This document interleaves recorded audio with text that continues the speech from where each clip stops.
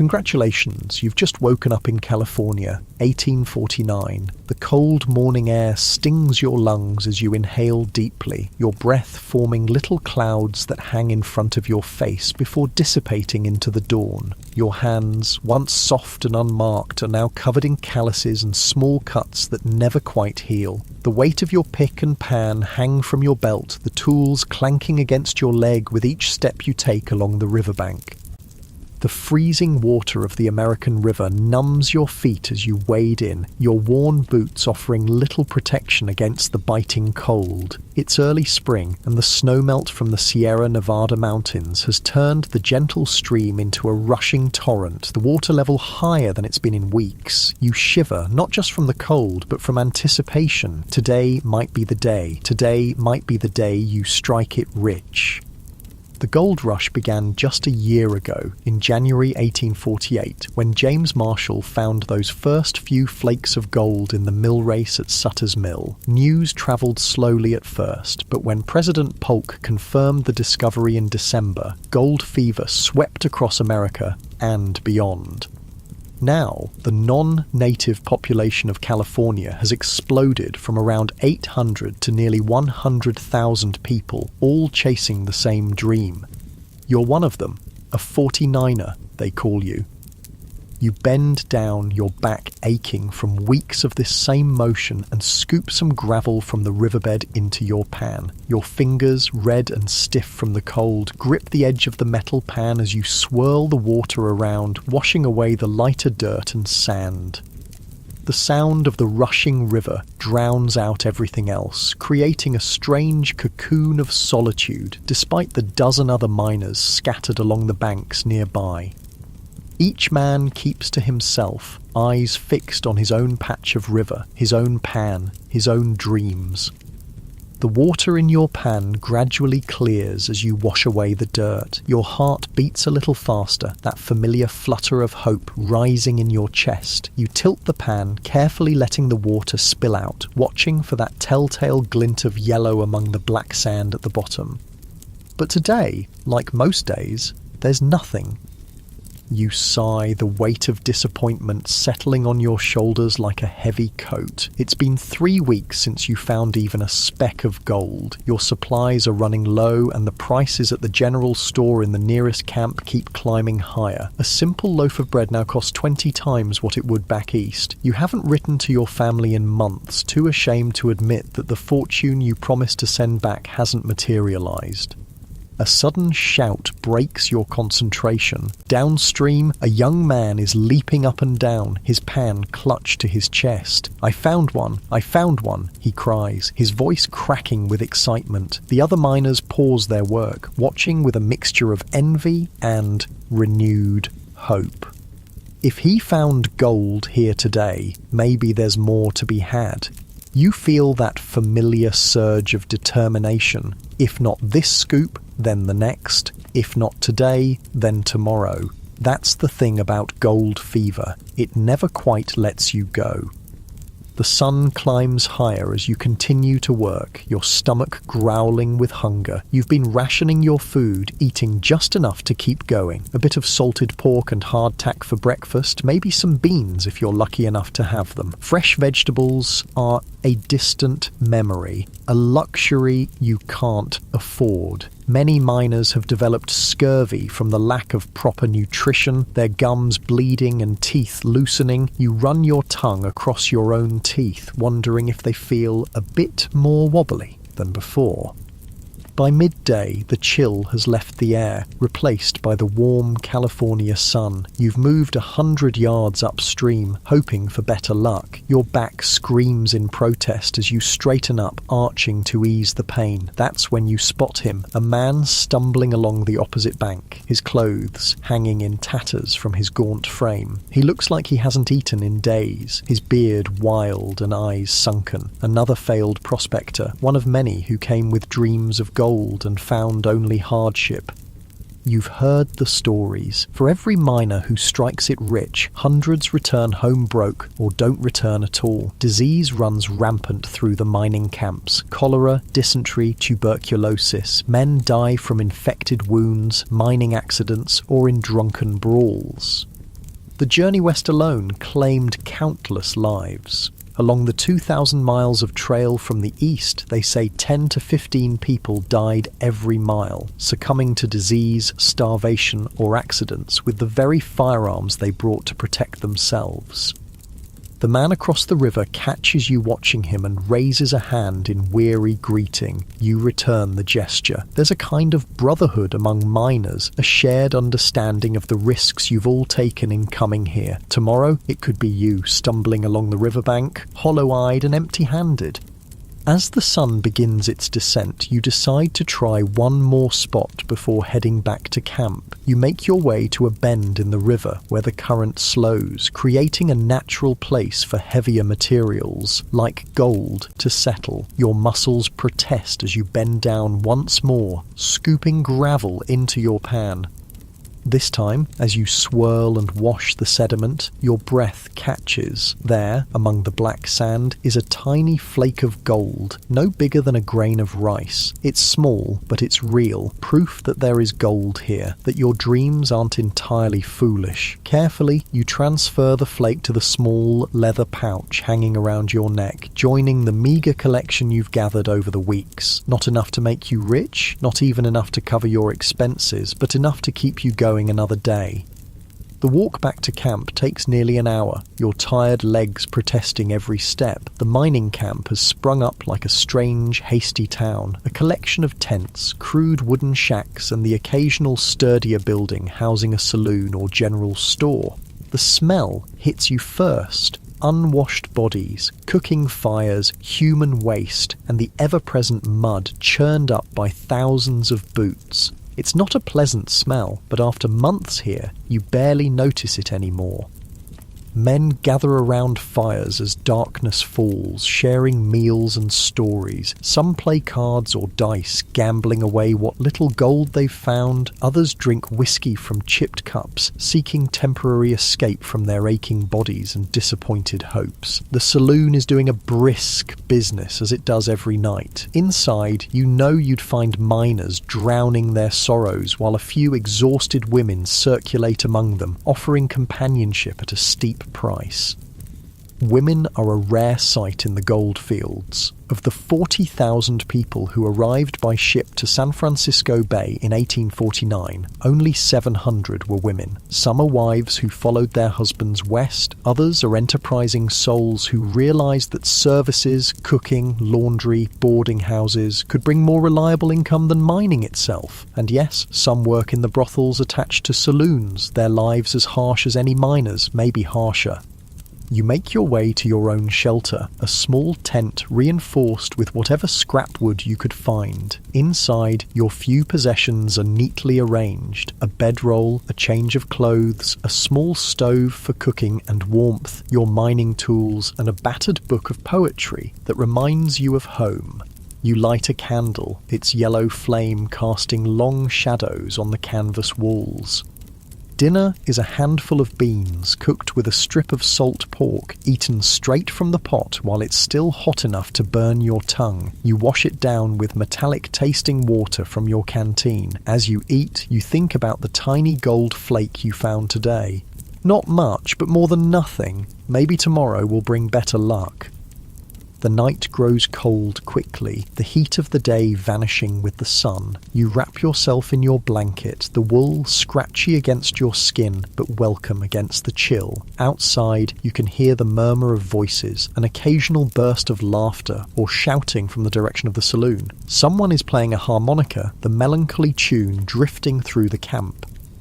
Sleep doesn't come easily. Your body aches from the day's labour and your mind races with calculations. How much gold would you need to find to make the journey worthwhile? How much longer can you afford to stay if your luck doesn't improve? What would it mean to return home empty-handed, to face the knowing looks of those who said you were chasing a fool's dream? Just as you're drifting off, a gunshot shatters the night. You sit bolt upright, heart pounding. More shots follow, then shouting. A fight at the saloon, most likely. Such things are common here, where law is scarce and tempers run hot. You lie back down, pulling the blanket over your ears. Not your problem. Not tonight. Morning comes too soon, the pale light filtering through the canvas of your tent. Every muscle in your body protests as you rise, stiff from the cold and yesterday's labour, but there's no rest for a gold miner. You force down a breakfast of hardtack and coffee, the latter a luxury you allow yourself to face the day ahead.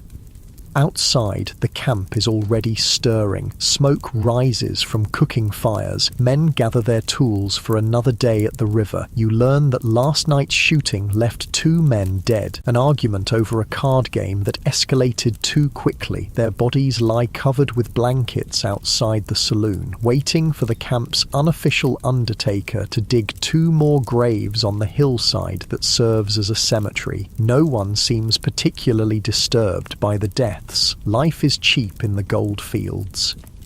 You head back to the river, your pick and pan in hand. The spot where you found yesterday's small flake seems promising, so you return there, hoping for better luck. The morning passes in the same rhythm of bend, scoop, swirl, check. Bend, scoop, swirl, check. The sun climbs higher, warming your back as you work. Midway through the morning, a cry goes up from downstream, not the excited shout of a gold find, but a sound of pain and fear. You straighten up, shading your eyes against the sun to see what's happening. A man is clutching his leg, blood seeping between his fingers. Around him, other miners are gathering, offering help or simply spectating. You make your way over, curious despite yourself. The injured man is young, barely out of his teens, his face pale with shock and pain. He's managed to gash his leg deeply with his own pick, a common enough accident among tired miners working on uneven ground. "Someone fetch Doc Wilson," one of the older miners says, tying a bandana around the young man's leg as a makeshift tourniquet.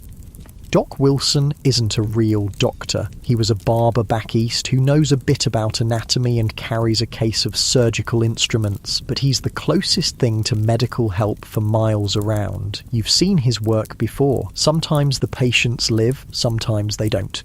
Infections are common, and Wilson's instruments aren't always as clean as they should be. You help carry the injured man back to camp, his blood soaking through the leg of his trousers. He's light in your arms, too light. Another miner wasted away from too little food and too much hard work. By the time you reach Wilson's tent, the young man is barely conscious, his face the colour of ash. Doc Wilson is a gruff man with hands like hams and breath that reeks of whiskey. Even this early in the day, he cuts away the blood-soaked fabric and examines the wound, his expression grim. "Deep!" he grunts. "Might have nicked the artery. Going to need stitches." He pulls a bottle from his coat pocket and offers it to the young man. "Drink this, as much as you can stomach. It's going to hurt." The makeshift surgery that follows is brutal to watch. The young miner screams despite the whiskey, his body bucking against the hands that hold him down.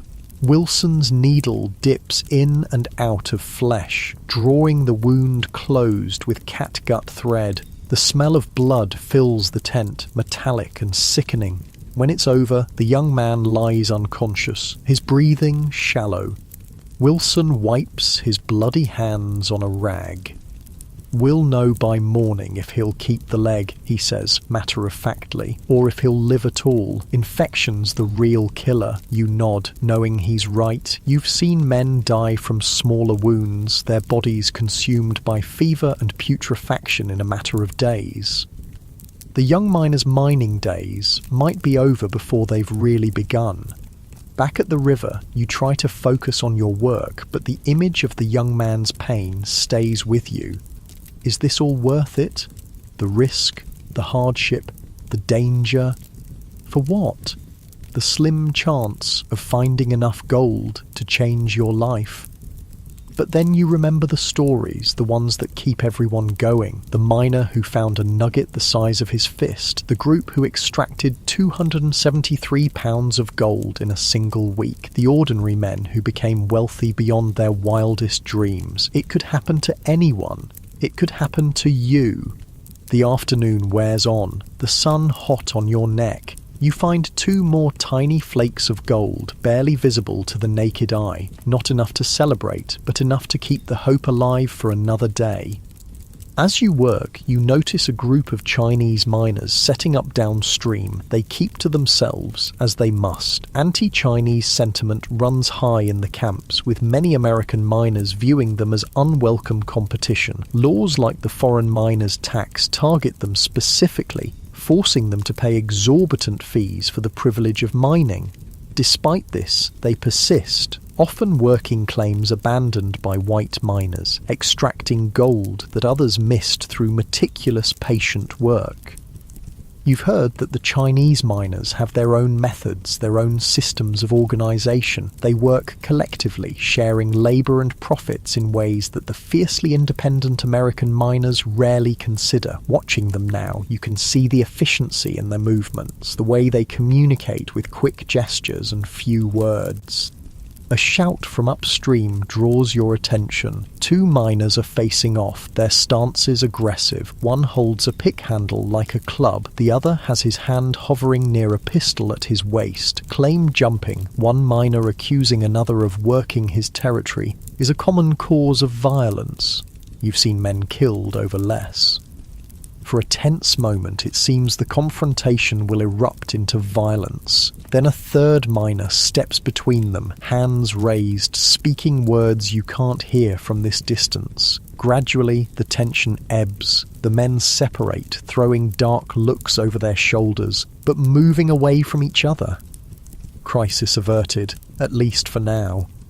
You return to your own work, aware of how quickly peace can shatter in this place where men are driven by desperation and dreams. The gold fields bring out both the best and worst in people, incredible generosity alongside shocking cruelty, moments of brotherhood punctuated by deadly selfishness.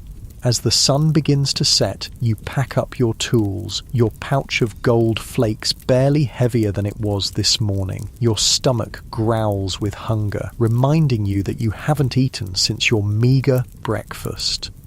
The walk back to camp seems longer today, your legs leaden with fatigue.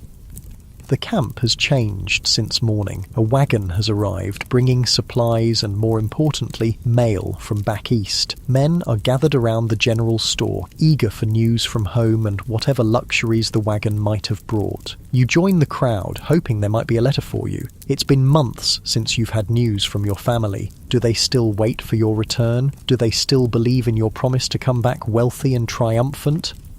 The storekeeper calls out names, handing over letters and small packages to their eager recipients. When he calls your name, your heart leaps. There is a letter, the paper worn from its long journey. You recognize your mother's handwriting immediately, the sight of it bringing a lump to your throat. You retreat to a quiet spot to read, your dirty fingers carefully unfolding the delicate paper. Your mother's words flow across the page, bringing news of home, your sister's new baby, your father's continuing struggle with his farm, the neighbor boy who went off to California just like you and returned 3 months later, broken in body and spirit. We pray for your safety every day, she writes. Gold or no gold, we just want you to come home whole. The letter brings both comfort and a fresh wave of homesickness. You fold it carefully and tuck it inside your shirt, close to your heart. One more reason to keep going, to not give up. You need to make this journey mean something.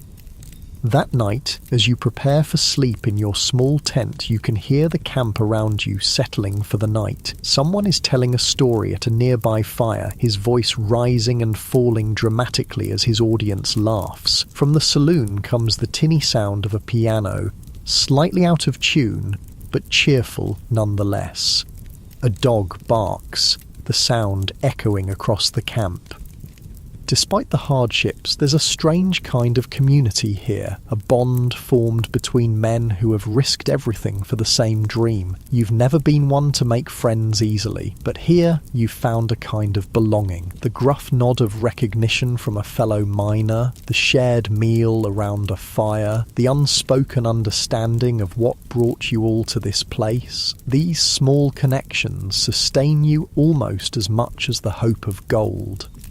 As sleep finally claims you, your thoughts drift to tomorrow, another day at the river, another chance to change your fortune. In your dreams, the water runs golden, and you scoop up handfuls of shining nuggets, your future suddenly bright and certain. It's a good dream, one that will make the harsh reality of morning a little easier to bear.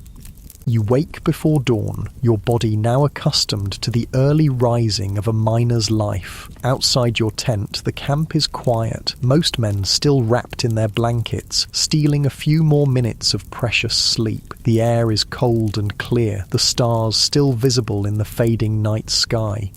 As you prepare for another day, heating water for coffee over your small stove, you think about the choices that brought you here, the poster you saw in your hometown, promising fortunes for anyone brave enough to make the journey west, the skepticism of your father, the tears of your mother, the envious looks from friends who didn't have the courage to go themselves. The journey itself, 2,000 grueling miles across prairies, mountains and deserts, facing cholera outbreaks, hostile encounters, river crossings that claimed wagons and lives. You were one of the lucky ones. You survived when others didn't. That has to mean something. Your coffee is bitter but hot, the warmth spreading through your chest as you drink it standing outside your tent, watching the camp come to life around you. Another day begins in the California goldfields, another chance to make your fortune or break your heart. Either way, you'll face it standing, pick in hand, dreams intact despite everything. Because that's what it means to be a 49er, to believe that today might be the day, that the next pan might hold the nugget that changes everything, and so you head back to the river, back to the endless cycle of hope and disappointment that defines life in the Wild West gold rush. The water of the American river bites at your ankles with icy teeth. 3 months have passed since you arrived in the gold fields, and spring has given way to early summer. The snowmelt from the Sierra Nevada still feeds the river, keeping it cold even as the air grows warmer. Your hands, once tender and quick to blister, have toughened into calloused tools, nearly as hard as the rocks you overturn each day in your search for gold. You've moved upstream from your original spot, following rumours of better yields. The work remains the same, the endless cycle of bending, scooping, swirling and hoping. But something has changed in the way you approach it. The frantic energy of your early days has been replaced by a methodical patience. You've learned that gold doesn't reveal itself to the desperate or the careless. It rewards the observant, the persistent, the ones who understand the river's secrets. This morning, you're trying something new. Simple panning has yielded too little gold to sustain you, so you've pooled resources with 2 other miners to build a cradle, or rocker box. It's a simple wooden device that looks something like a baby's cradle, hence the name, with a sieve at the top, a canvas or blanket along an angled base, and a series of cleats to catch the heavier gold particles. One man digs the gravel and feeds it into the sieve. Another, that's you today, pours water over the gravel while rocking the cradle from side to side. The third man keeps an eye on the process and helps wherever needed. The cradle can process more material than panning alone, which means a better chance of finding gold. At least that's the theory. "More water," shouts Jacob, a burly Pennsylvanian who's been mining longer than you have. You pour another bucket over the gravel, watching as the water carries the dirt through the sieve, leaving larger rocks behind. The muddy water flows over the canvas lining where gold particles should catch on the rough surface while the lighter sediment washes away. The sun beats down on your back as you work, sweat sticking your shirt to your skin. Your shoulders burn from the repetitive motion of pouring and rocking, but the discomfort fades when Jacob points excitedly at the bottom of the cradle. "Look there! We've got colour!" Sure enough, tiny flecks of gold glint in the sunlight caught in the cleats of the rocker box. Not a fortune, but more than you'd have found in a day of panning. The sight sends a renewed surge of energy through your tired body. This might work. This might actually work. By midday, your trio has processed enough gravel to yield a small but respectable amount of gold. You divide it equally, each man adding his share to his own pouch. You've made more today than in the past 3 days combined. It's still not enough to make you rich, but it's enough to buy supplies for another week. Maybe splurge on a real meal at the camp's makeshift restaurant instead of your usual beans and hardtack. As you break for a quick lunch, jerky and stale bread washed down with river water, you notice a group of men working further upstream. They're constructing something larger than a cradle, driving stakes into the riverbank and nailing together long wooden troughs. "What are they building?" you ask Jacob, nodding toward the activity. "Sluice boxes," he says, tearing off a piece of jerky with his teeth. "Next step up from our cradle, can process even more gravel, need more men to work it properly though, and more water." You watch with interest. The mining methods are evolving rapidly as men share knowledge and experiment with new techniques. Those who adapt quickest stand the best chance of success. The easy gold, the surface nuggets that could be picked up by hand in the early days, are long gone. Now, it takes more sophisticated methods to extract the precious metal from the earth. "We should try that next," you suggest, already calculating how many more men you'd need to recruit, how much lumber you'd have to buy or scavenge to build a proper sluice. Jacob shrugs. "Maybe. If this cradle keeps paying out, might be best to stick with what works for now." Your third partner, a quiet Irishman named Sullivan, speaks up for the first time. "Men are dying from the work, you know, not just accidents. The dust," he taps his chest, "gets in your lungs. Saw a fellow coughing up blood last week." You've heard similar stories. Miners developing chronic coughs, struggling to breathe after years of inhaling stone dust. Some call it miner's consumption or silicosis, a slow, suffocating death that comes from within. Just another risk in a life already filled with danger. "We all die of something," Jacob says philosophically. "Might as well die rich." After lunch, you return to the cradle, settling back into the rhythm of the work. Your mind wanders as your body performs the familiar motions. You think about the men who've already left California, either broken by failure or satisfied with modest success. You think about the letters from home, the mounting pressure to return, the growing fear that you're chasing a fool's dream. But then there are days like today, when the gold appears as if by magic, glinting in the sunlight, promising that the next scoop might contain even more. It's enough to keep you going, enough to silence the doubts for a little while longer. The afternoon wears on, the heat intensifying. Across the river, you notice a small group of Native Americans watching the mining operations. They keep their distance, and you can't blame them. Relations between miners and the indigenous populations have been tense at best, violent at worst. The gold rush has been devastating for California's native peoples. Disease, starvation, and outright violence have decimated their numbers. Before the gold rush, the indigenous population of California numbered some 300,000. Now, just a year into the rush, thousands have already perished, pushed off their lands, exposed to new diseases, or attacked by miners seeing them as obstacles to wealth. The state government, eager to support the mining industry, has turned a blind eye to these atrocities, even funding what amount to death squads. You've heard whispers of massacres, of entire villages wiped out. Such stories are shared in hushed tones around campfires, met with uncomfortable silence, or worse, approval from some of the harder men. You try not to think about it too much. What can one miner do against such sweeping injustice?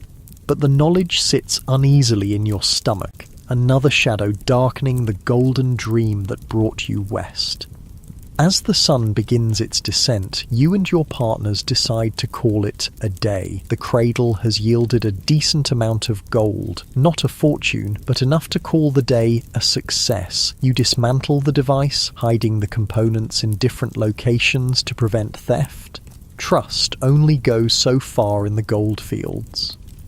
The walk back to camp is more pleasant than usual, your spirits lifted by the day's modest success. The camp itself has grown in the months you've been here, transforming from a haphazard collection of tents into something resembling a small town. Wooden structures have replaced many of the canvas shelters. There's a proper general store now, a barbershop, 3 saloons, and even a small church built by a missionary who arrived last month. Law, too, has come to the camp, of a sort. A man named Fletcher, a former sheriff from Ohio, has been elected camp constable. He's not exactly official. California isn't even officially a state yet, but he keeps a semblance of order, breaking up fights before they turn deadly, and occasionally locking up the most disruptive drunks in a crude jail behind the largest saloon. The changes reflect a shifting reality. What began as a temporary gold rush is evolving into something more permanent. Men who came for quick riches are putting down roots, building businesses that serve the mining community. The smart ones have realized that selling supplies to miners is often more profitable than mining itself. A shovel that cost $1 back east can sell for $15 here. A dozen eggs might go for a small fortune.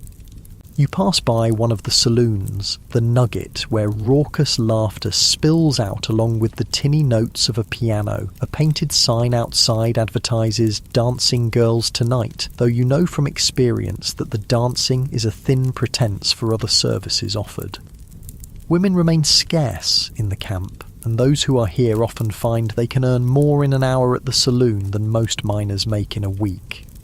At the general store, you spend a small pinch of your day's gold on supplies: coffee, beans, salt pork, and a luxury you've been eyeing for weeks, a small bottle of lemon extract. It's expensive, but you've heard it can prevent scurvy, the disease that's been claiming miners who subsist too long on a diet lacking fresh fruits and vegetables. Your gums have been bleeding when you brush your teeth, a warning sign you can't ignore. The storekeeper measures your gold dust carefully on a small scale, then hands over your purchases. "Heard there was a strike up at Angel's Camp," he says conversationally. "Fella found a nugget big as his thumb yesterday." Your heart quickens at the news. Angel's Camp is only a day's journey away. Perhaps it would be worth checking out. But then again, such rumours fly constantly through the camps, and by the time most miners arrive at the site of a reported strike, the best claims are already taken. "Might ride up there next week," you say non-committally. "See what's what." The storekeeper nods, wise to wait a bit. Let others do the rushing. Outside, you encounter Sullivan, your Irish partner from the day's work. He's sitting on a barrel, smoking a pipe, his face thoughtful in the fading light. "Good day's work," you offer, stopping beside him. He nods. "Good enough, better than most." He taps his pipe against his boot, knocking out the ash. "Thinking of heading north. Heard there's new finds up in the Trinity River area." The news surprises you. "We just got the cradle working well. Why leave now?" Sullivan shrugs. Man can spend his whole life working a claim that gives just enough to keep him going, never enough to get ahead. Sometimes you need to take a chance, find fresh ground. He looks at you. You're welcome to come along, Jacob too, if he's willing. You promise to think about it, though in truth, you're reluctant to leave. You've established yourself here, know the terrain, have a shelter that keeps out most of the rain and wind. Starting over somewhere new means new risks, new unknowns. Back at your own tent, you cook a simple dinner over your small stove, the familiar smells of beans and pork filling the small space. The luxury of the lemon extract waits for after the meal, a few precious drops in a cup of water. The sharp citrus taste an explosion of flavour after months of bland food. As you eat, you think about Sullivan's offer. The Trinity River is further north, deeper into California's wild interior. The journey would be difficult, and there's no guarantee the rumours of gold are any more substantial than the hundreds of other stories that circulate through the camps. But the thought of fresh ground, of claims not yet picked over by thousands of desperate men, is tempting. Night falls fully, and you light your candle, its warm glow pushing back the darkness. From your pocket, you pull out the letter from home, reading it again, fingers tracing your mother's handwriting. The homesickness rises in your throat like a physical thing, nearly choking you with its intensity. How much longer will you stay? How much longer can you endure the back-breaking work, the constant disappointment punctuated by just enough success to keep hope alive? And if you do go home, will it be with gold in your pockets or with empty hands and a heart heavy with failure? Questions without answers spin through your mind as you prepare for sleep. Tomorrow will bring another day at the river, another day of bending and lifting, hoping and despairing. The gold fever that brought you west still burns in your blood, but its heat is tempered now by reality, by the understanding that for most men, the California dream will remain just that, a dream. Morning brings a surprise. As you emerge from your tent, stretching in the early light, Jacob approaches with a newspaper in his hand. It's several weeks old, having travelled the long route from the East Coast, but it's the first news you've had from the wider world in months. "Thought you might want to see this," Jacob says, handing you the paper. "They're talking about making California a state." You scan the article with interest. There's debate in Congress about admitting California to the Union, complicated by the question of slavery. California wants to enter as a free state, which would upset the delicate balance between slave and free states. It's a distant political concern compared to the immediate challenges of finding enough gold to eat, but it reminds you that the world continues to turn beyond the borders of your mining camp. "Statehood might bring more law and order," you comment, handing the paper back. "Maybe even proper roads." Jacob snorts. "Might bring more taxes, more regulations, government men telling us where we can and can't dig." He spits on the ground. "I came west to get away from all that. It's a common sentiment among the miners, many of whom value the freedom of the frontier as much as the promise of gold. Out here, a man answers to no one but himself and whatever informal rules the mining camp establishes. Statehood might change that, bringing the structures of civilization that many have deliberately left behind.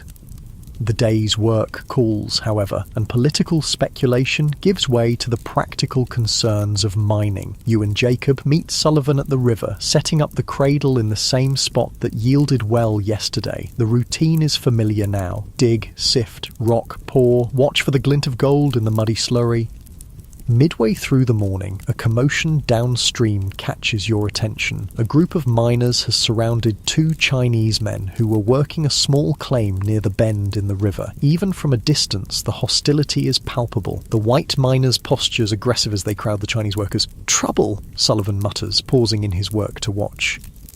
The confrontation escalates quickly. One of the white miners shoves a Chinese man, sending him stumbling backward into the river. Another white miner grabs the Chinese worker's tools, throwing them into the water. Shouts echo across the river, though you can't make out the exact words. The meaning is clear enough, however. The Chinese miners are being driven off their claim. "Should we do something?" you ask, uncomfortable with the scene unfolding before you.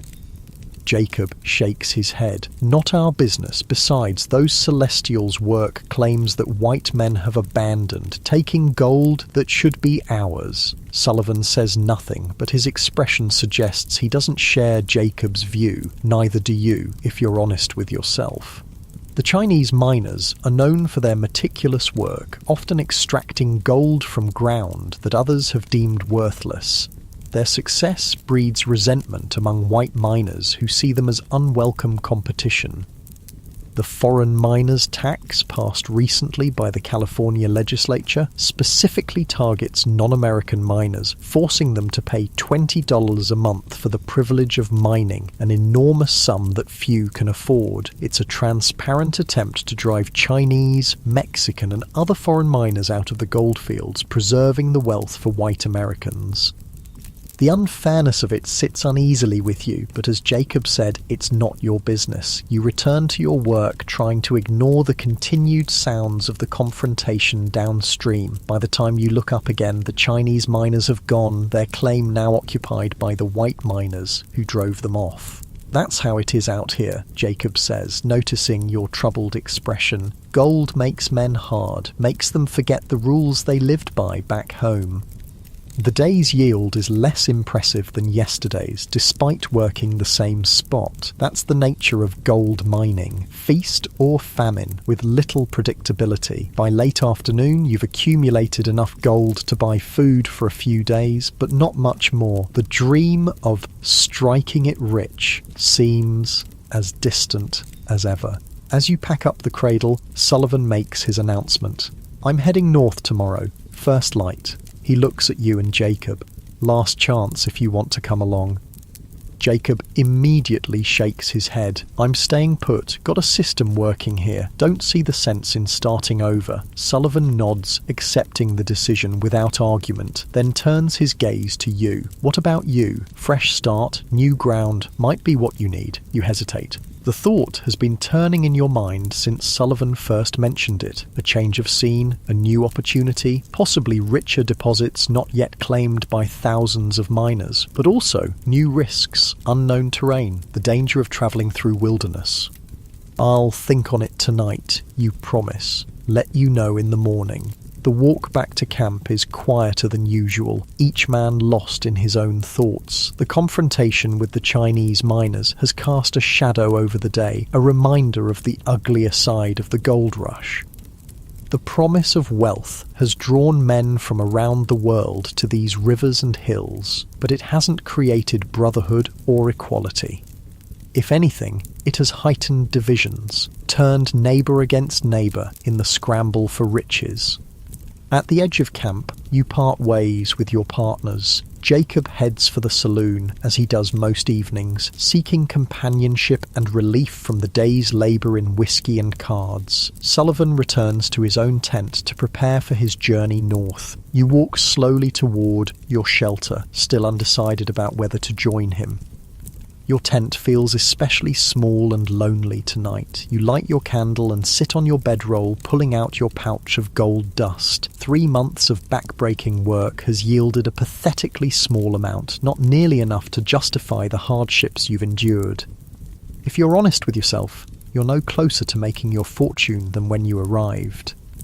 Maybe Sullivan is right. Maybe fresh ground is what you need. A new start in a place where the gold might lie closer to the surface, more abundant, more accessible. Or maybe the truth is simpler and harsher. Maybe there are no easy riches to be had, only hard work with uncertain rewards.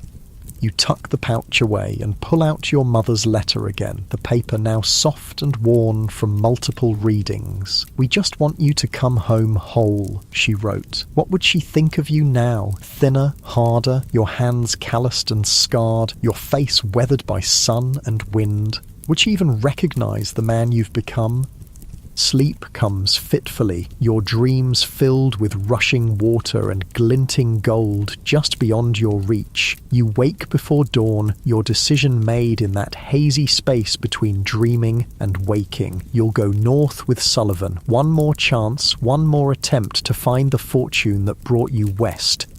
You pack quickly by candlelight, rolling your few possessions into a tight bundle. The tent you'll leave behind. Sullivan mentioned travelling light, and you can build a new shelter when you reach your destination. You keep only what's essential: your mining tools, cooking pot, bedroll, the small pouch of gold dust, and your mother's letter carefully folded inside your shirt pocket. As the first light of dawn breaks over the eastern hills, you make your way to Sullivan's tent. He's already up, packing the last of his belongings onto a small, scraggly mule he's purchased for the journey.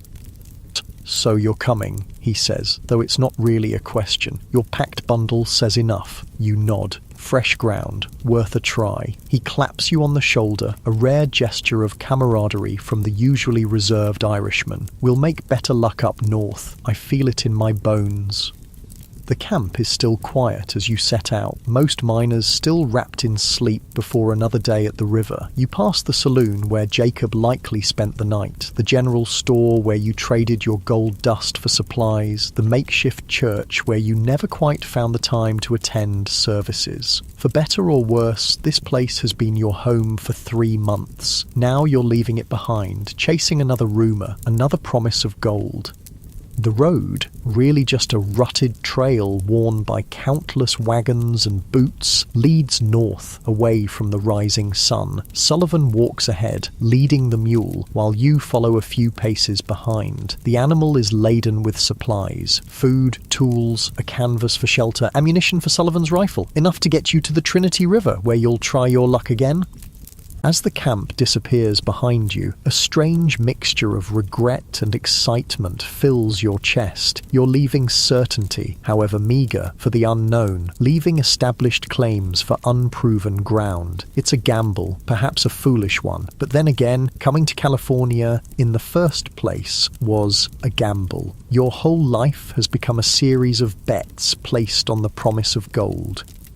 The trail winds through hills covered in dry grass and scattered oak trees. In the distance, the Sierra Nevada mountains rise majestically, their peaks still capped with snow even in summer. It's beautiful country, you have to admit, a stark contrast to the muddy, torn-up riverbanks where you've spent your days mining. "How long to the Trinity River?" you ask Sullivan, breaking the companionable silence. "4 days if we make good time," he answers. "Maybe 5. Depends on the trails and whether we run into any trouble." Trouble could mean many things. Hostile natives, bandits, wild animals, injury or illness far from any help. The California wilderness holds as many dangers as promises, but you've come too far to turn back now, risked too much to play it safe. The sun climbs higher as you walk, the heat building even though it's still early. Sweat trickles down your back and your water canteen is already half empty. You've exchanged one form of hard labour for another, it seems, but the road stretches ahead, leading north to new possibilities, new hopes. The gold fever still burns in your blood, driving you forward despite all reason, all evidence that the odds are stacked against you. After all, that's the story of the gold rush. Men driven by dreams, chasing fortune across mountains and deserts, enduring hardship and disappointment, always believing that the next claim, the next river, the next pan of gravel will finally reveal the riches they've sacrificed everything to find. The trail to the Trinity River grows steeper as you and Sullivan push northward. 2 days have passed since you left the American River Camp, 2 days of walking from sunrise to sunset, your shoulders aching from the weight of your pack, your feet developing fresh blisters despite your worn boots. Sullivan's mule, a cantankerous beast he's named Murphy, carries the heavier equipment, but there's still plenty for each man to bear. The landscape has changed, becoming more rugged, more remote. The hills here are thickly forested with pine and cedar, their sharp scent filling your nostrils with each breath. Streams cut through rocky valleys, their water clearer than the muddy, churned-up rivers where thousands of miners have been working. There's a pristine beauty to this country that stirs something in your chest, a reminder of what California looked like before the rush for gold transformed it. "Not much farther to Weaverville," Sullivan says as you pause to rest near a small creek. "Should reach it by tomorrow afternoon if we keep a good pace." Weaverville is a new settlement that sprung up near the Trinity River, one of many instant towns created by the gold rush. According to the rumours that have reached the southern camps, rich deposits have been found there, gold nuggets the size of corn kernels just waiting to be scooped up. You fill your canteen from the creek, the water so cold it makes your teeth ache. The heat of the day has been building, sweat soaking through your shirt, making the straps of your pack chafe against your shoulders. But the water is a blessed relief, and you splash some on your face and the back of your neck before straightening up. "Do you really think the claims will be better up there?" you ask, not for the first time. The question has been nagging at you since you left the relative security of your established camp.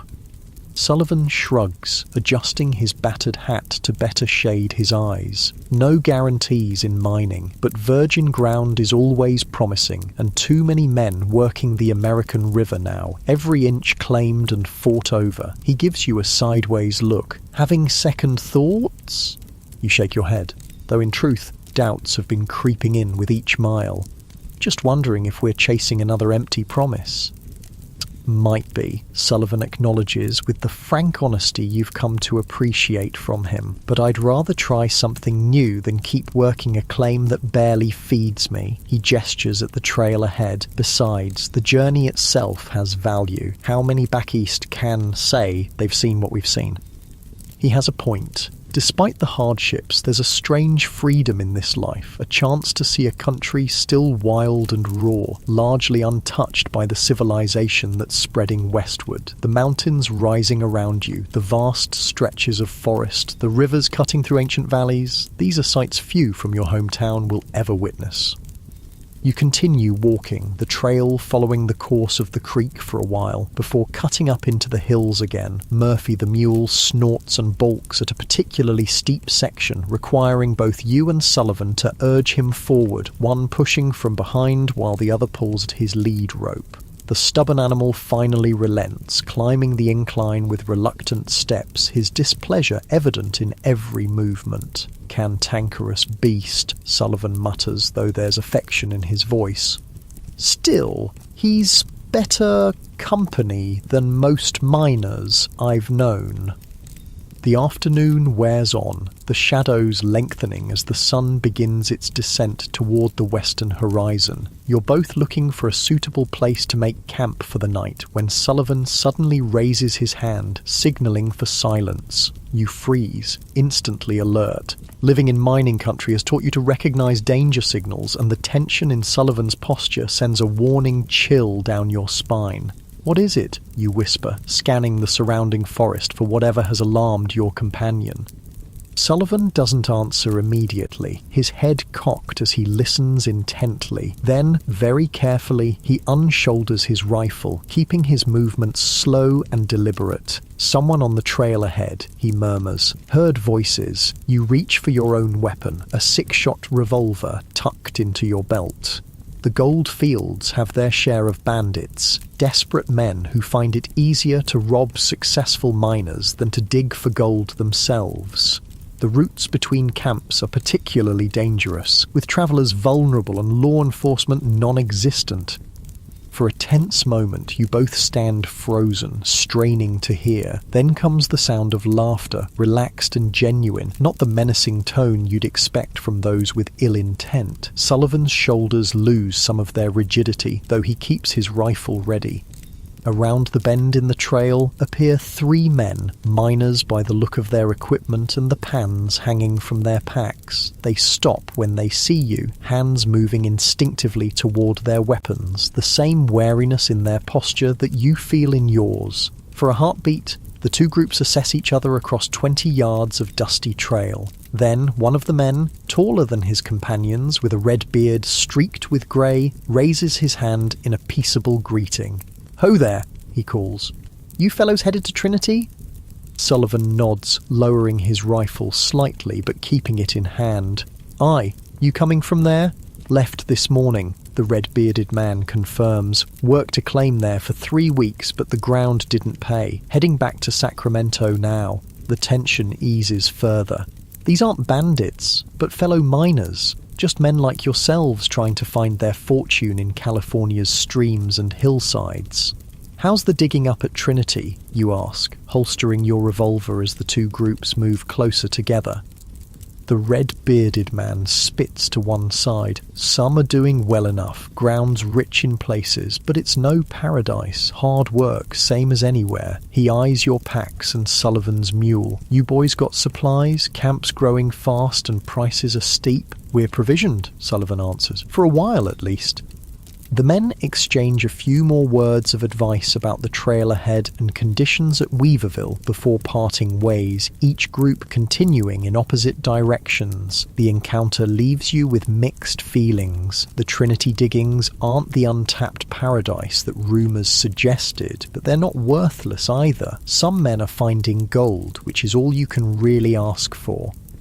You make camp as dusk settles over the hills, finding a small clearing near the creek where you'd stopped earlier. Sullivan builds a fire while you tend to Murphy, unloading his packs and giving him a good rub-down before tethering him where he can graze on the sparse grass.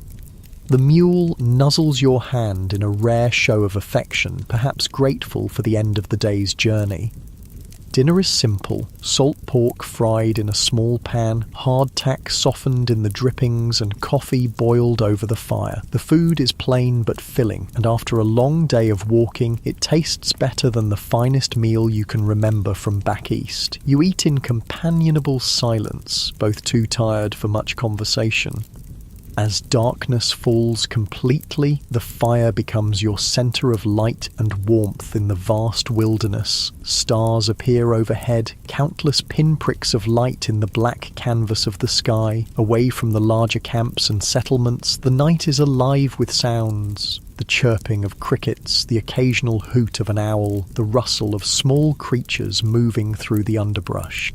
"Reminds me of home," Sullivan says unexpectedly, his gaze fixed on the fire. "Ireland has nights like this, clear and full of stars." There's a wistfulness in his voice you've never heard before. "Been 7 years since I left, longer than I ever meant to stay away." "Why'd you come?"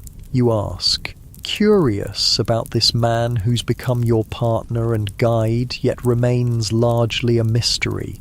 Sullivan is quiet for so long that you think he might not answer. When he does, his voice is low, almost lost beneath the crackling of the fire. "The famine," he says simply. "Watching your family slowly starve changes a man, makes him willing to go anywhere, do anything to escape that fate." He pokes at the fire with a stick, sending sparks spiraling upward. Gold was just a dream to chase. The real prize was just enough food to fill your belly each day. The revelation shifts your perception of your companion. You'd assumed, like most miners, that he'd come west driven purely by gold fever, by the desire for quick riches, but his motivation runs deeper, born of desperation rather than greed. It explains his methodical approach to mining, his satisfaction with modest yields that others might scorn as insufficient. "And your family?" you venture, unsure if the question is too personal. "My parents died in 46, sisters emigrated to Boston." He shrugs. "Send them what I can, when I can. Not much, usually." The admission seems to pain him. "You?" "Left a mother, father, 2 younger brothers," you reply. "Farm was failing. Thought I'd find gold, send enough back to save it." You laugh, a short, bitter sound. "Still waiting on that part of the plan to work out." Sullivan nods, understanding without judgment. So many miners carry similar stories, similar dreams. Few will see them fulfilled. "Get some sleep," he advises after a while. "Long day tomorrow if we're to reach Weaverville." You roll yourself in your blanket near the fire, using your pack as a pillow. Despite the hard ground beneath you and the chill that seeps up through your bedroll, exhaustion quickly pulls you towards sleep. The last thing you see before your eyes close is Sullivan still sitting by the fire, his face thoughtful in the flickering light, his gaze turned toward the stars, as if searching for something only he can see. Morning comes with a heavy mist clinging to the trees and settling in the low areas of the trail. You wake stiff and cold, your blanket damp with dew. Sullivan is already up, rekindling the fire from the previous night's embers and setting water to boil for coffee. "Storm coming," he says by way of greeting, nodding toward the western sky where dark clouds are gathering. "Best get moving. Don't want to be caught on the trail when it hits." You eat quickly, Coffee and more hardtack, the latter so stale it must be soaked in the hot liquid before it's remotely chewable. Murphy the mule is repacked, his displeasure at resuming the journey evident in his flattened ears and stubborn stance as Sullivan attempts to lead him back to the trail. The day's travel is harder than the previous ones. The trail climbs steadily, winding through forests that grow denser the further north you go. The air feels heavy with impending rain, the pressure building as the storm approaches from the west. By midday, the first distant rumbles of thunder echo through the hills. Not far now, Sullivan encourages as you pause to catch your breath at the top of a particularly steep incline. See there? He points ahead to where the trail disappears over a ridge. Weaverville's just beyond that. Been there once before, few months back. The knowledge that your destination is near gives you a second wind. You push on, ignoring the ache in your legs and the raw spots where your pack straps rub against your shoulders. The first fat raindrops begin to fall as you crest the ridge, spattering against your hat and face like tiny, cold fingers. And there, spread out in the valley below, is Weaverville. It's larger than you expected. Dozens of tents and rough wooden structures clustered along what must be the Trinity River, a silver ribbon cutting through the green valley. Smoke rises from multiple chimneys and cooking fires. And even from this distance you can make out the movement of people, tiny figures going about their business despite the approaching storm. Made it, Sullivan says with satisfaction. Now let's get down there before we're soaked to the skin. The descent into the valley is treacherous, the trail turning slick with rain, forcing you to pick your way carefully down the steep path. Murphy seems even less pleased with this development, digging in his hooves and requiring constant urging to continue forwards. By the time you reach the valley floor, the rain is falling steadily, and both you and Sullivan are thoroughly wet despite your efforts to hurry. Weaverville itself is a muddy, bustling place. The main street, really just a wider path between buildings, is churned into a brown slurry by countless boots and wagon wheels. Miners hurry between tents and wooden structures, most heading for shelter from the worsening storm. A few curious glances are cast your way as you make your entrance, but new arrivals are common enough that you don't draw much attention. Sullivan leads the way to what appears to be the settlement's only proper hotel, a 2-story wooden building with a painted sign proclaiming it the Trinity House. It's a grand name for what is essentially a large shed with divisions for rooms, but after days on the trail, it looks like luxury. Might as well start our time here dry and with a real meal, Sullivan suggests. Can ask about available claims over supper. The Trinity House's main room serves as both lobby and dining area, with a long bar along one wall and several rough tables scattered about. A pot-bellied stove in the centre radiates welcome heat, surrounded by miners drying themselves after being caught in the rain. The smell of wet wool and unwashed bodies mingles with the more appealing aromas of cooking food, some kind of stew by the scent with herbs and meat that make your mouth water after days of trail rations. You secure a room, little more than a closet with 2 narrow cots, for what seems an extortionate price, but which Sullivan assures you is reasonable for a boomtown like Weaverville. Murphy is stabled behind the building for an additional fee. Then, gloriously, there's hot food, venison stew with actual vegetables and bread that's only a day old rather than the rock-hard hardtack you've been subsisting on. As you eat, Sullivan strikes up a conversation with the man at the next table, a grizzled miner with a magnificent white beard that reaches nearly to his belt. "New in camp, are you?" the old miner asks, eyeing your trail-worn appearance. Sullivan nods. "Just arrived, looking for claims worth working." The old miner chuckles, a wheezing sound that suggests years of breathing mineral dust. "Ain't we all, friend? Ain't we all?" He leans forward, lowering his voice conspiratorially. "But I'll tell you, for the price of a drink, where the colour's running best these days." Sullivan signals to the barkeeper for another whiskey for the old man, who accepts it with a nod of thanks. East Fork, he says, after taking a appreciative sip. About 3 miles upriver, some Chinese fellows hit a pocket last week, took out near 50 ounces before others run 'em off, ground still rich thereabouts. You exchange a glance with Sullivan. 50 ounces is a fortune.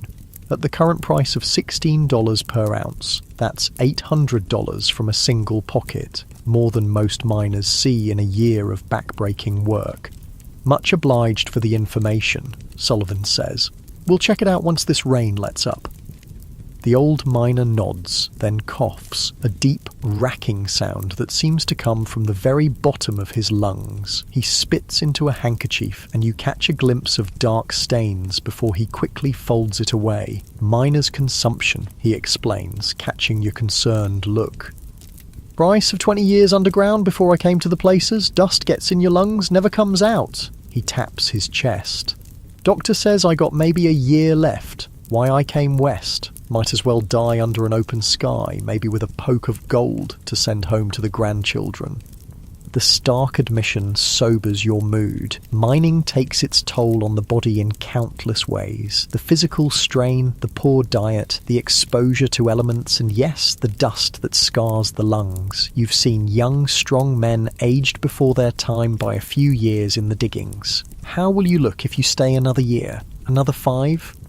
As the evening progresses, the Trinity House fills with miners seeking shelter from the storm, which has developed into a full-fledged downpour, lightning flashing across the sky and thunder shaking the flimsy building. Stories and information flow as freely as the whiskey. You learn that Weaverville has been established for only a few months, but has already grown to a population of several hundred. The diggings are productive, though as always, some miners do better than others. You also hear about new mining methods being employed upriver. Simple panning and cradling are giving way to more sophisticated techniques. Sluice boxes, long wooden troughs with riffles to catch the gold, are common now, allowing miners to process more gravel than ever before. Some operations are experimenting with wing dams to divert rivers, exposing the gold-rich gravels of the riverbed, and there are whispers of an even more transformative method being developed further south: hydraulic mining, using pressurized water to literally wash away entire hillsides believed to contain gold. Saw a hydraulic operation down near Nevada City, a miner at the next table says. Incredible sight, water shooting out like a cannon, tearing away the earth like it was nothing. They're processing more ground in a day than 50 men could in a month. Tears up the land, something fierce though, another miner comments. River below was running brown as coffee, all choked with mud and gravel, fish dying, farms downstream getting buried in silt. The environmental damage of mining is becoming more evident as operations scale up. Rivers once clear are now muddy, their courses altered, their banks torn apart by thousands of miners. Hillsides are stripped of trees for lumber to build sluices, cradles and shelters. Wildlife is hunted to near extinction to feed the growing camps. California's landscape is being transformed, perhaps irreversibly, by the hunt for gold. But such concerns feel distant and abstract compared to the immediate challenge of finding your own small piece of the wealth. Tomorrow, weather permitting, you and Sullivan will stake a claim on the East Fork and try your luck once more. The cycle begins again. New place, new hope, same dream of gold that brought you west in the first place. That night, lying on your narrow cot in the tiny room, listening to the rain drum on the roof and Sullivan's soft snoring from the other bed, you find yourself thinking of home again. The farm you left behind seems impossibly distant now, a memory from another life. You wonder if you'll ever see it again, if you'll ever walk those familiar fields or sit at your mother's table, surrounded by family. Or will California claim you as it has claimed so many others? Will your bones rest in some hastily dug grave beside a played-out gold stream, your dreams unfulfilled, your journey west ultimately futile? Such thoughts don't make for restful sleep, but eventually, exhaustion claims you, pulling you down into darkness as the storm continues to rage outside. Morning brings clear skies, the storm having blown itself out overnight. The world feels washed clean, the air crisp and fresh, the muddy streets of Weaverville beginning to dry under the returning sun. After a breakfast of fried potatoes and bacon, a luxury worth every penny of its inflated price, you and Sullivan prepare to seek out the promising diggings on the East Fork. Information is a valuable currency in mining camps, and you've learned to be cautious about following tips too blindly. But the old miner's suggestion of the East Fork seems genuine enough, and several others at the Trinity House confirmed that good colour has been found in that area. It's worth investigating, at least. You retrieve Murphy from the stable, the mule now rested and marginally more cooperative, if still given to expressing his displeasure through pinned ears and occasional stubborn halts. The 3-mile journey upriver takes you through country that shows the increasing impact of mining activity. Trees felled, underbrush cleared, the river's banks scarred by countless diggings. The East Fork itself is a smaller stream that joins the main Trinity River, its waters flowing clear over a rocky bed. But the signs of mining are evident here too, areas where the bank has been dug away, piles of worked-over gravel, the occasional abandoned tool. Several groups of miners are already at work despite the early hour, some panning in the traditional method, others operating cradles or small sluice boxes. Sullivan leads the way upstream, past the occupied areas, looking for open ground that hasn't been claimed. After about half a mile, you come to a promising bend in the stream where the water deepens and slows. Such spots often trap heavier materials, including gold, as the current deposits its load on the inside of the curve. This looks workable, Sullivan says, surveying the area with an experienced eye. Good access to water, ground that hasn't been touched much, and the bend should create natural deposits. Staking a claim is a simple process in these unregulated diggings. You clear a small area, post a notice describing the boundaries of your claim, and start working. As long as you actively mine the claim, it remains yours by the informal but generally respected law of the camps. You unload Murphy and set up a basic camp, a fire pit, your canvas stretched between trees as a shelter, your tools arranged for easy access. Then comes the moment of truth. The first test pan from your new claim, the first indication of whether this ground will yield the gold you've travelled so far to find. Sullivan wades into the stream, his pants rolled up to his knees, the cold water making him wince. He selects a spot near the inside of the bend, digs his hands into the gravel of the stream bed, and fills his pan. The familiar routine follows, dipping the pan into the water, swirling to wash away the lighter materials, tilting to let the water and sand spill out, leaving the heavier components behind. You watch anxiously from the bank as Sullivan examines the results, tilting the pan this way and that to catch the light. His expression gives nothing away until he looks up, a slow smile spreading across his weather-beaten face. "Colour," he says simply, holding up the pan for you to see. And there it is. Several small flakes of gold glinting in the sunlight against the black sand at the bottom of the pan. Not a fortune, but a promising sign. The ground here contains gold. Whether it contains enough to make your journey worthwhile remains to be seen. But for now, hope flares anew in your chest. You join Sullivan in the stream, the cold water numbing your feet almost instantly, but the discomfort is forgotten in the excitement of testing your new claim. Your own first pan yields similar results. A few small flakes, enough to encourage but not enough to celebrate. "We'll need to build a cradle at least," Sullivan says, as you both continue to sample different spots along your claim, or better yet, a small sluice, process more gravel that way. The next few days fall into a rhythm of hard work. You fell small trees and split them into boards for a sluice box. Sullivan, who has experience as a carpenter, directs the construction, showing you how to create the riffles that will catch the gold as water washes gravel through the box. Murphy is put to work hauling gravel from promising spots to the sluice, the mule seeming almost content now that the travelling has stopped. Other miners pass by occasionally, some nodding in greeting, others casting speculative looks at your operation. Word of new finds travels fast in mining country, and a successful claim quickly attracts attention, but for now you're left relatively undisturbed to work your small piece of the East Fork. The sluice proves its worth almost immediately. By channeling the stream's water through the box and shoveling gravel in at a steady rate, you're able to process far more material than you could by panning alone. At the end of each day, you clean the riffles, carefully collecting the concentrated heavy materials for final panning to separate the gold. And there is gold, not in spectacular amounts, but steadily accumulating in the small leather pouch you carry. By the end of the first week at the new claim, you've collected more gold than in a month at your previous location on the American River. It's not the instant fortune the gold rush stories promise, but it's enough to keep you supplied, enough to nurture the hope that a richer pocket might be just one more shovelful away.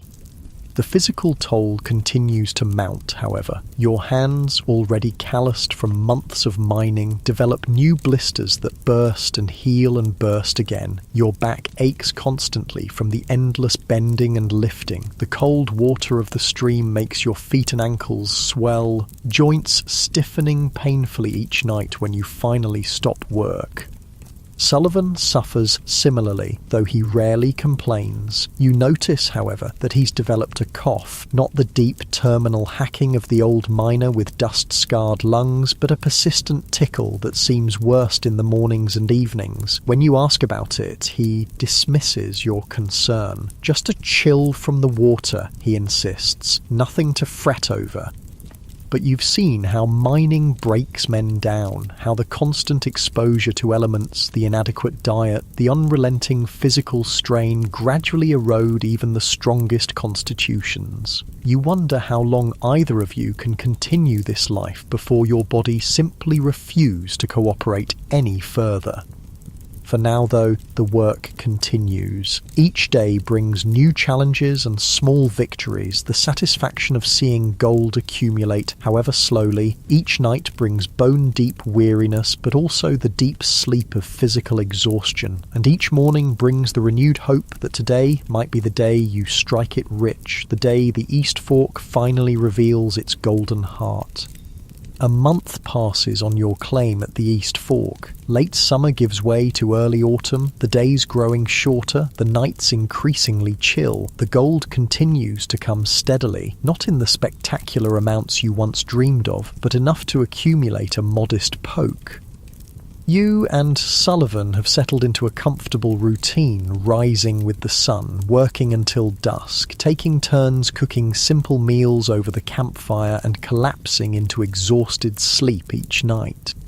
Weaverville has become your supply point, a place to purchase food and tools, to hear news from the outside world, and occasionally to enjoy the dubious luxuries of a proper bed at the Trinity House and a hot meal you didn't cook yourself. The settlement has grown, even in the short time you've been here. New buildings going up weekly, the population swelling as word spreads of productive diggings in the area.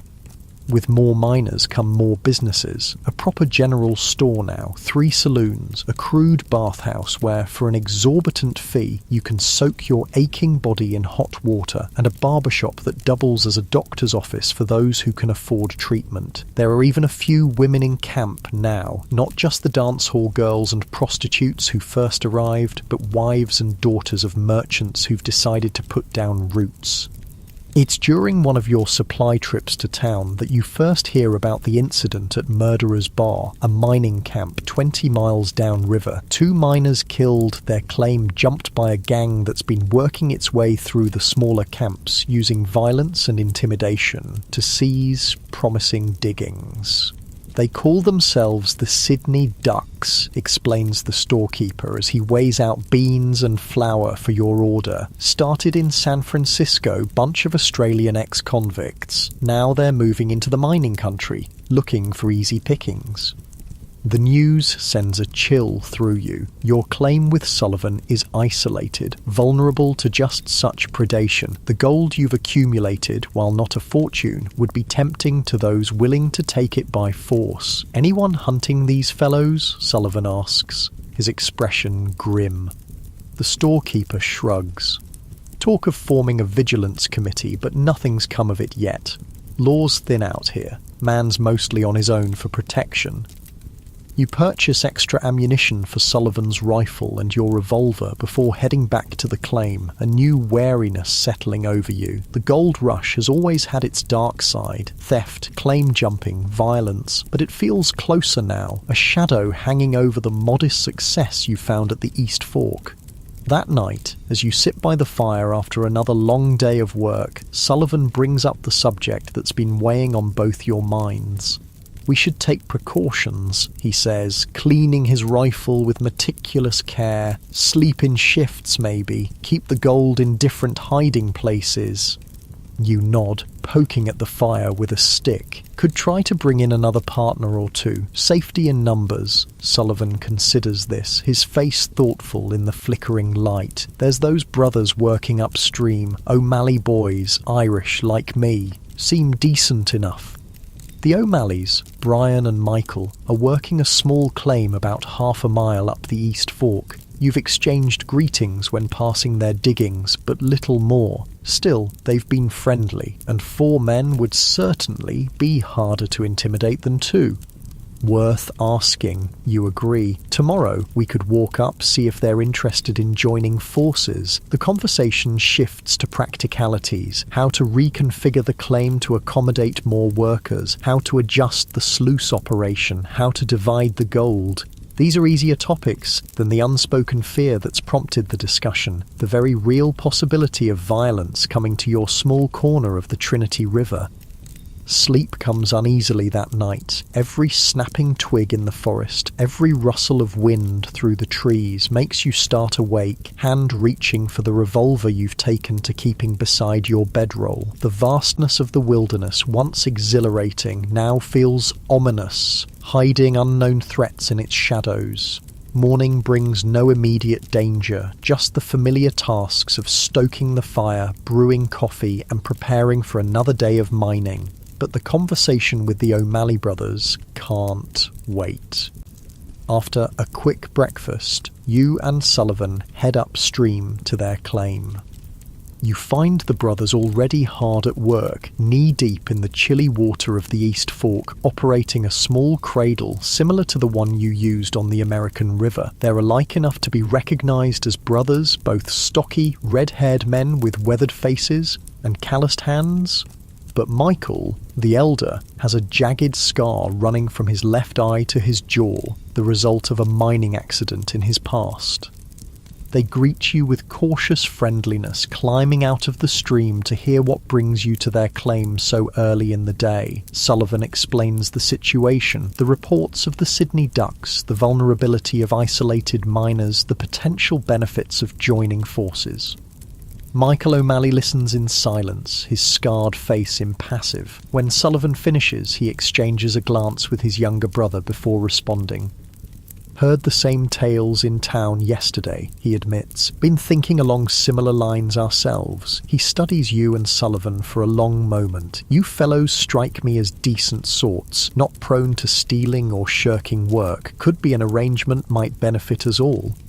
The negotiation that follows is straightforward. The 4 of you will work as partners, combining your claims into one larger operation. Gold will be divided equally after expenses. Each man will contribute his labour and existing equipment to the enterprise. And critically, you'll establish a proper camp with defensible positions, taking turns standing watch at night.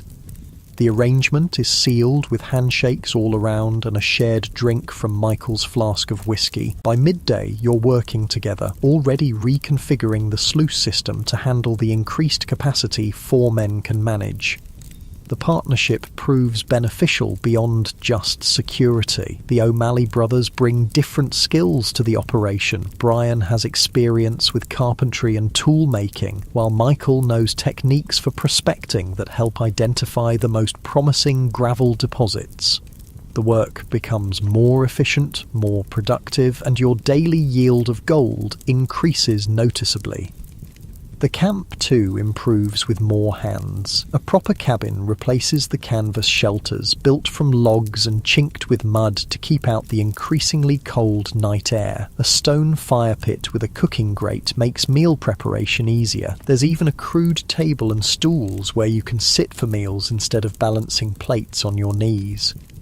Life settles into a new routine, the days marked by shared labour and the nights by rotation of watch duty. No threat materialises from the Sydney Ducks or any other quarter, but the precautions remain in place. In the uncertain world of the goldfields, vigilance is as necessary as water and food.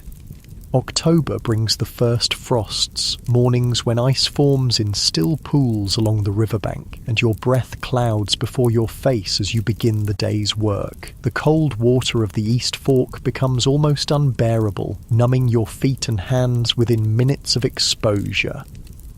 You develop techniques to cope, frequent breaks to warm extremities by the fire, rotating tasks so no one spends too long in the water, working shorter days when the temperature drops too far. It's during this time that Sullivan's cough worsens. What began as an occasional irritation has developed into frequent spasms that leave him gasping for breath, his face reddening with the effort. He dismisses concern, insisting it's just the cold air affecting his lungs. But you've seen the flecks of blood on his handkerchief, the way he struggles to hide his worsening condition. Should see a doctor, you suggest one evening as Sullivan recovers from a particularly bad coughing fit. There's that fellow in Weaverville, has a proper office now. Sullivan shakes his head stubbornly. Waste of good gold. Nothing he can do that time won't fix. But time doesn't seem to be fixing anything. If anything, Sullivan grows weaker as the days pass, his normally robust frame thinning, dark circles forming under his eyes from disturbed sleep. The cold and damp of late autumn mining are taking their toll on a body already weakened by months of hardship. The O'Malley brothers notice too. Michael pulls you aside one day while Sullivan rests by the fire, recovering from another bout of coughing. "He's not well," Michael says bluntly. "Seen it before in the copper mines back in Ireland. Lungs going bad. Might be consumption." The word sends a chill through you that has nothing to do with the autumn air. Consumption, tuberculosis, is a death sentence for most who contract it, especially in the harsh conditions of mining camps. There are no effective treatments, no cures, just a slow wasting away as the disease consumes the body from within. "What can we do?" you ask, watching Sullivan from across the camp, noting how his shoulders shake with suppressed coughs, how thin his wrists have become where they extend from his coat sleeves. Michael's expression is grim. "Not much, I'm afraid. Keep him warm, get better food in him if possible, but if it is consumption..." He leaves the sentence unfinished, its meaning clear enough. That night, unable to sleep despite exhaustion, you lie awake listening to Sullivan's laboured breathing from the adjacent bunk in the cabin. The man has become more than just a mining partner in the months you've worked together. He's a friend, perhaps the only true friend you've made since coming west. The thought of losing him to illness adds a new layer of dread to the already precarious existence you lead. Morning brings a new development. Brian O'Malley, returning from an early trek to check their animal traps in the surrounding forest, arrives at camp in a state of excitement. "Visitors coming," he announces. "Whole party of them, looks like. Spotted them from the ridge, maybe half-hour away." Everyone tenses at the news. Visitors could mean many things in the isolated mining country. Other miners looking for claims, traders bringing supplies, or less welcome arrivals like the Sydney Ducks. Sullivan checks his rifle despite his weakened state, and you ensure your revolver is loaded and accessible. The visitors appear just as the sun fully clears the eastern ridges. There are 6 of them, mounted on horses leading pack mules laden with equipment. They approach openly, without the furtive movements you'd expect from those with ill intent. Still, no one relaxes, until the party is close enough to be clearly seen. 5 men and, surprisingly, 1 woman, all dressed for the trail in practical clothing, their faces weathered from exposure to the elements. The leader, a tall man with a silver-streaked beard and the bearing of someone accustomed to authority, raises his hand in greeting as they draw near. "Ho the camp," he calls. "Mind if we water our animals at your stream?" Michael steps forward as the spokesman for your group. "Moo, you're welcome to water. Where you folks headed?" "Trinity Alps," the bearded man answers, dismounting with the fluid grace of an experienced rider. "Geological survey for the Western Mining Association. Name's Harker. Professor James Harker of Columbia College." He gestures to his companions. "My assistants and guides, and my daughter Eleanor, who serves as our expedition cartographer." The woman nods in acknowledgement. She's perhaps 25, with brown hair pulled back in a practical braid and eyes that take in your camp with keen intelligence. Having a woman in such a remote area is unusual enough, but one participating in a scientific expedition is extraordinary. Your surprise must show on your face, for she smiles slightly, clearly accustomed to such reactions. "We've been mapping potential mining regions throughout the Sierras and Trinity Range," Professor Harker explains as his party leads their animals to the stream, "documenting geological formations, water sources, mineral deposits, information that will be valuable as mining operations expand." "Long way from civilization for such work," Michael comments, his tone suggesting he's not entirely convinced by the explanation. Harker nods. "Science often requires going where others haven't, but I assure you, our purpose is purely academic. We have no interest in claim jumping or interfering with established operations." The tension eases somewhat, though not entirely. Any strangers merit caution in the Gold Country, but the professor and his party seem genuine enough, and the opportunity for news and conversation with new faces is welcome after weeks of isolation. You invite them to share your midday meal, a pot of beans with salt pork. Hardly a feast, but hot food is always appreciated by travellers. As you eat, Professor Harker shares news from the outside world. California has indeed become a state, admitted to the Union as part of the Compromise of 1850. The political wrangling over whether it would be a free or slave state has been resolved in favour of freedom, though tensions between North and South continue to build. More immediately relevant to your situation, he confirms the stories of the Sydney Ducks and other outlaw gangs operating in the mining regions, but he also brings word of a growing response. Vigilance committees forming in the larger settlements, makeshift courts dispensing rough justice to those caught stealing or worse. Law is coming to California, albeit slowly and unevenly, Harker says. The days of complete lawlessness are numbered, though I suspect the transition will be neither smooth nor entirely just. As the meal progresses, Sullivan suffers another coughing fit, worse than usual, perhaps triggered by the smoke from the fire or the exertion of helping prepare food for the enlarged group. He excuses himself, moving away from the gathering to recover. Eleanor Harker watches him with concern, then follows after a moment, carrying a small leather case. You observe from a distance as she speaks to Sullivan, her manner professional rather than pitying. From the case, she produces a small bottle and measures some liquid into a cup, which she offers to Sullivan. After a moment's hesitation, he accepts, drinking the contents with a grimace. When she returns to the fire, you catch her eye questioningly. "A tincture of wild cherry bark and white pine," she explains quietly. "It won't cure what ails him, but it may ease the symptoms somewhat. I've some medical training, not formal, you understand, but practical experience gathered on our expeditions." "Is it... You can't quite bring yourself to say the word. "Consumption?" She nods gravely. "Very likely, yes. The pattern of symptoms is distinctive. How long has he been coughing?" "Months now, but worse these past weeks."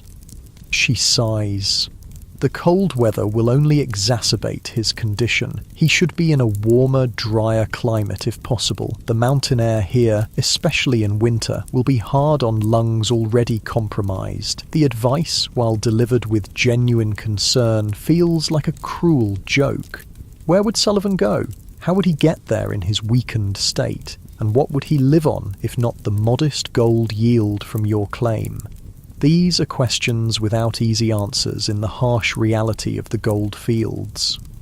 Professor Harker's party remains at your camp for only a few hours, eager to cover more ground before nightfall. Before departing, Eleanor leaves the bottle of tincture with instructions for its use, and the professor himself offers to carry letters back to civilization when their expedition concludes, a rare opportunity to send word home without travelling to one of the larger settlements. You take advantage of the offer, hastily writing a letter to your family. You're honest about the difficulties you've faced, but also share the modest success you found at the East Fork. You don't mention the constant fear, the physical toll, or Sullivan's illness. Some truths are better left untold to those who can do nothing to help. As the geological party disappears into the forest, heading deeper into the Trinity Alps, a strange melancholy settles over your camp. The brief connection to the wider world, to scientific pursuits and civilized conversation, throws into stark relief the isolation of your existence here. For a few hours, you were reminded of the life you left behind, of interests and concerns beyond the daily struggle for gold and survival. The reminder is both sweet and painful. Sweet to know that such a world still exists, painful to recognize how far removed from it you've become. Your hands, once suited for holding books and pens, are now calloused tools shaped by pick and shovel. Your mind, once engaged with ideas and dreams, now focuses narrowly on the practical concerns of extraction and survival. Have you lost something essential in this transformation, or have you gained something valuable? A hardiness, a self-reliance, a deeper understanding of what truly matters when existence is stripped to its fundamentals? These questions have no simple answers, but they occupy your thoughts as you return to the endless work of the claim. The sluice needs attention, the cabin roof leaks in one corner, winter supplies must be laid in before the weather turns truly harsh. The immediate demands of survival leave little room for philosophical reflection. November arrives with the first snow, a light dusting that melts by midday but serves as a warning of what's to come. The decision to winter at the claim, rather than seeking more comfortable quarters in Weaverville or one of the larger settlements downriver, was made weeks ago when Sullivan's condition made travel increasingly difficult. Now you all must prepare for the challenges of mining through the cold months. The work becomes more difficult as temperatures drop. The water of the East Fork burns like fire against skin, then numbs completely, making fine motor control nearly impossible. Ice forms on the sluice overnight, requiring precious time each morning to thaw before operations can begin. The shortened daylight hours mean less productive time, and storms can make work impossible for days at a stretch. But there are compensations. The gold yield actually improves as you dig deeper into deposits that have settled against bedrock over countless years. One particularly good day in mid-November produces more gold than any previous week, a pocket of flakes and small nuggets that elicits whoops of joy from everyone, even the increasingly frail Sullivan. The isolation grows more complete as winter tightens its grip. Trips to Weaverville become less frequent, reserved for absolute necessities when supplies run dangerously low. News from the outside world arrives sporadically, carried by the occasional traveller hardy or desperate enough to be on the trails in such weather. One such traveller brings word that the Sydney Ducks have been driven from the Trinity River region, their leader hanged by a vigilance committee after a particularly brutal robbery left 3 miners dead. The news brings relief, removing one source of worry from your already challenging existence. But nature provides dangers enough to replace the human threat. A storm in early December dumps 3 feet of snow in 2 days, the temperature plummeting to levels that make any work outside the cabin potentially deadly. For nearly a week, you're confined to the small space. Tension building as 4 grown men accustomed to constant physical activity find themselves with nothing to do but play cards, mend equipment, and try not to get on each other's nerves. Sullivan's health continues its decline, despite Eleanor Harker's tincture, which ran out weeks ago anyway. The enforced inactivity of the storm seems to accelerate his deterioration. He coughs almost constantly now, each spasm racking his thin frame, blood frequently staining his handkerchief. His appetite dwindles to almost nothing, and fever flushes his cheeks even as he shivers under every available blanket.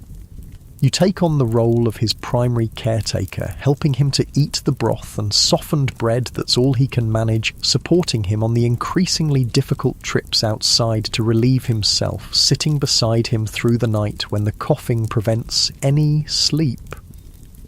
The O'Malley brothers help as they can, but an unspoken understanding has developed. Sullivan is your responsibility, your friend, your burden to bear.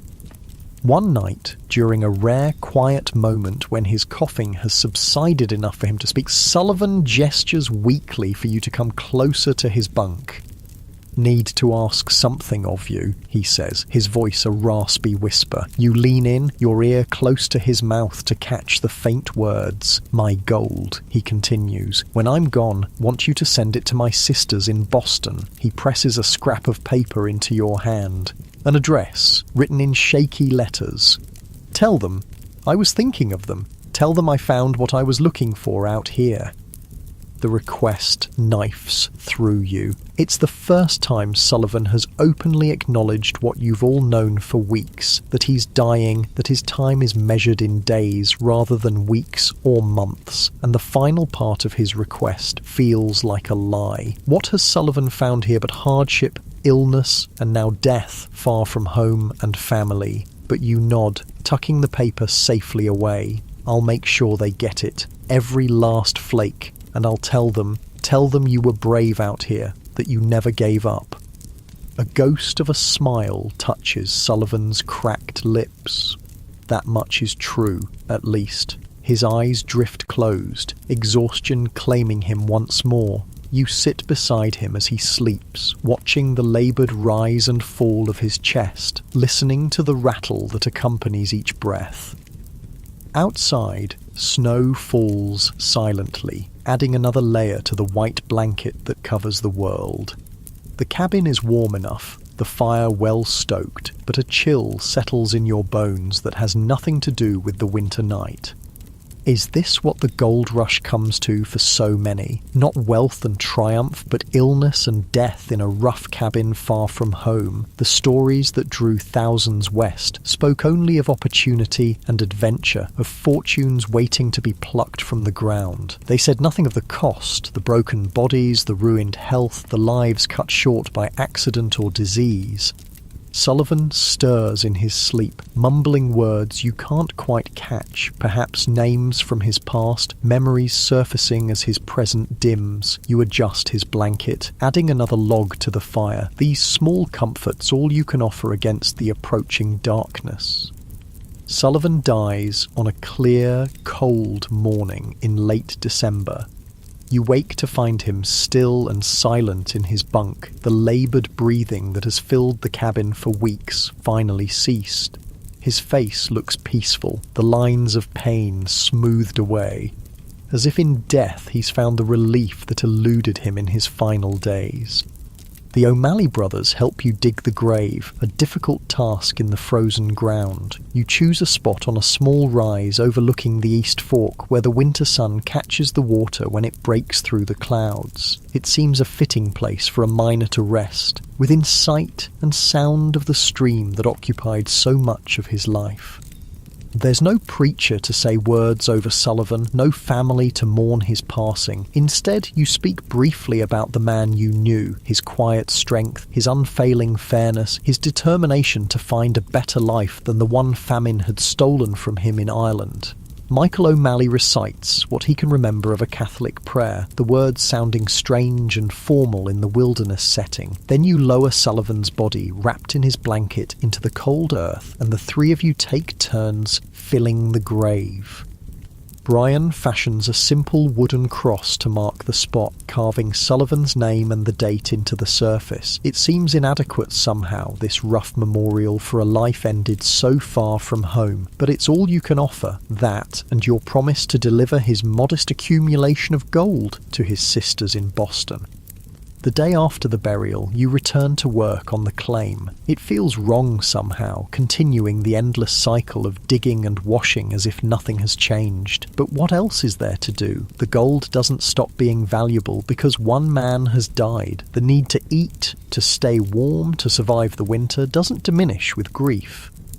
So you work, your body going through the familiar motions while your mind circles the same questions that have haunted you since Sullivan fell ill. Is this pursuit worth the cost? How many men have died, like Sullivan, chasing dreams of gold across this harsh landscape? And how many more will follow before the fever runs its course? January brings storms that make mining nearly impossible for days at a stretch. Heavy snow blankets the claim. Temperatures drop so low that the East Fork freezes over in places, and winds howl through the trees with such force that venturing outside becomes dangerous. During these periods of enforced idleness, trapped in the cabin with only the O'Malley brothers for company, you find yourself thinking more and more of home.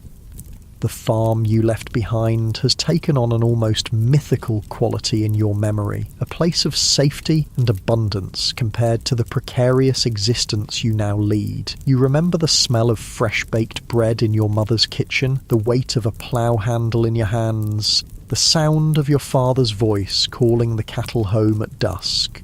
Simple things, once taken for granted, now precious in their absence.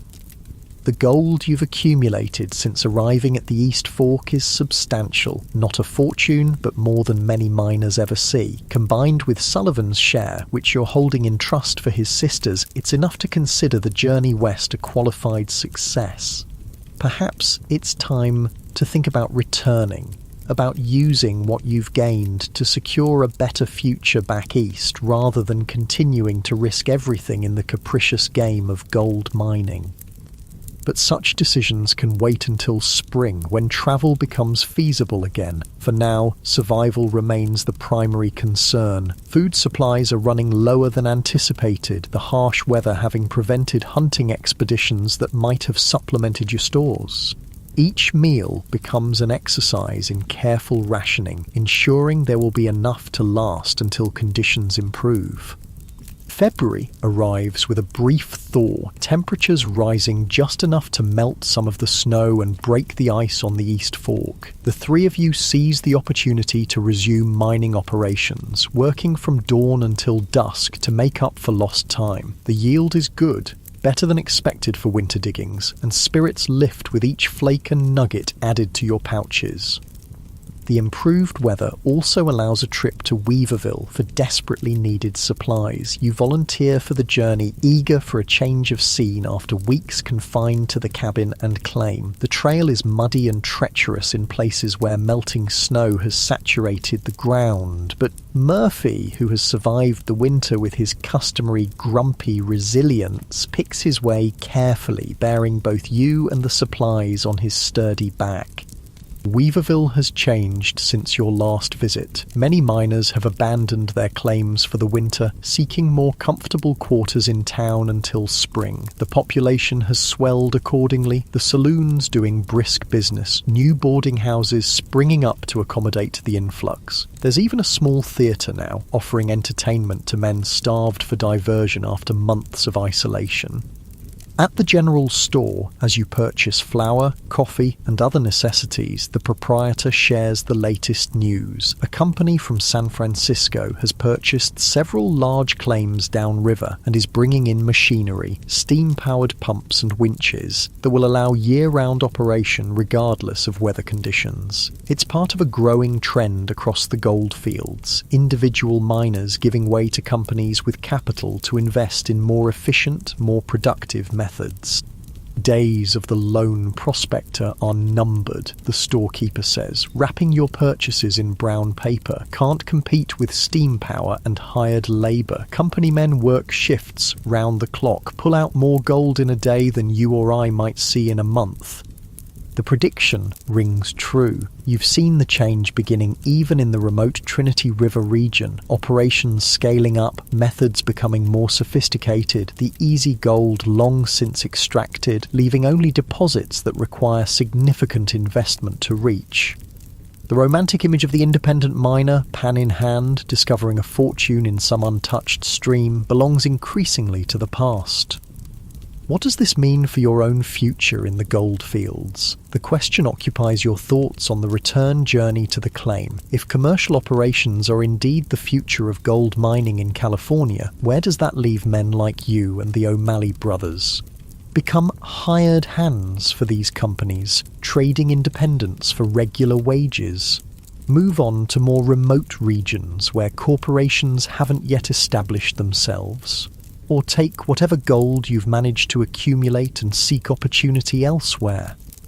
These questions remain unresolved as winter slowly loosens its grip on the land. March brings more frequent thaws, patches of bare ground appearing where snow once blanketed everything. The East Fork runs higher with snowmelt, making mining operations more challenging but also more productive as the water carries new material from upstream. And then comes a discovery that changes everything.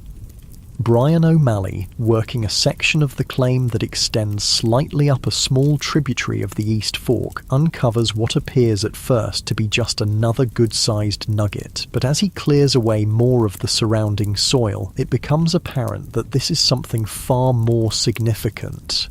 A vein of gold-bearing quartz extending into the hillside, potentially far richer than the placer deposits you've been working in the stream bed. The three of you gather around the discovery, excitement building as you excavate more of the vein. It's narrow but well-defined, the gold clearly visible in the white quartz. This isn't just a scattered deposit laid down by water action over centuries. This is source gold, a primary deposit that could yield far more than you've extracted so far.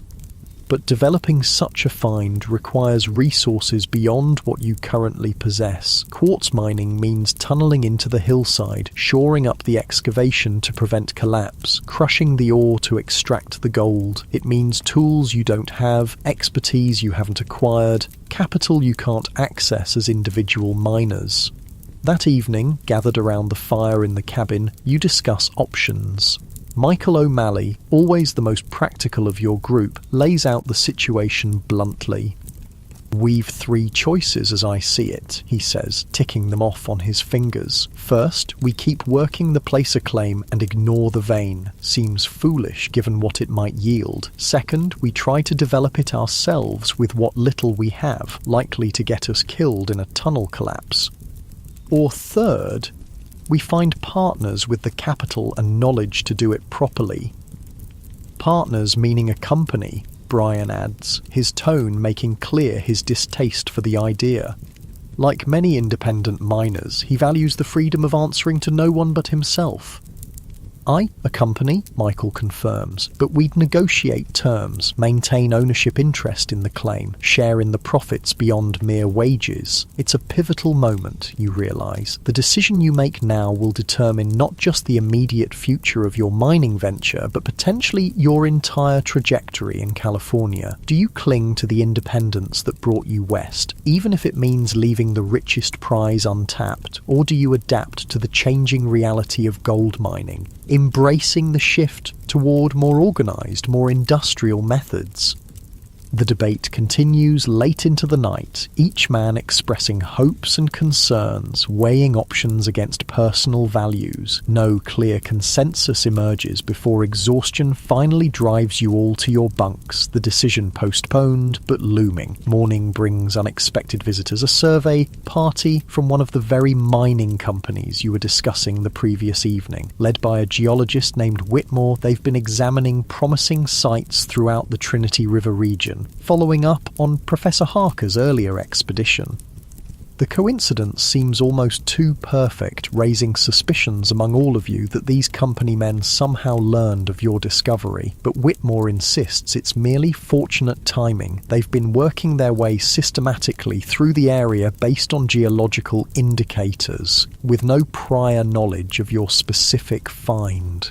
We're authorised to make immediate offers for promising claims, Whitmore explains, his manner businesslike but not aggressive. Full purchase or partnership arrangements depending on the owner's preference. Fair market value with proper documentation. The offer he presents, after examining your quartz vein, exceeds anything you might have expected. The company, Trinity Mining Associates, proposes a partnership rather than outright purchase. They'll provide the equipment and expertise to develop the quartz vein properly, while you and the O'Malleys retain a 20% ownership interest in the operation and the option to work as salaried employees if you choose. It's a generous proposal, recognising both the value of your discovery and the reality that you lack the resources to exploit it fully on your own. Still, you request time to consider, unwilling to make such a momentous decision without careful thought. Whitmore agrees to return in 3 days for your answer, leaving a written offer detailing the terms. Those 3 days are filled with intense discussion among your small group. Michael favours accepting the offer, seeing it as the best way to maximise the value of your claim while minimising risk. Brian remains reluctant, valuing independence over potential profit.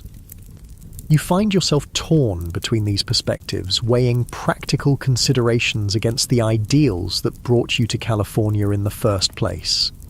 In the end, pragmatism prevails. When Whitmore returns, you present a counteroffer, the same basic arrangement but with 25% ownership retained by your group and guaranteed employment for at least 1 year at wages slightly above the standard rate. After brief consultation with his colleagues, Whitmore accepts these terms and contracts are drawn up on the spot.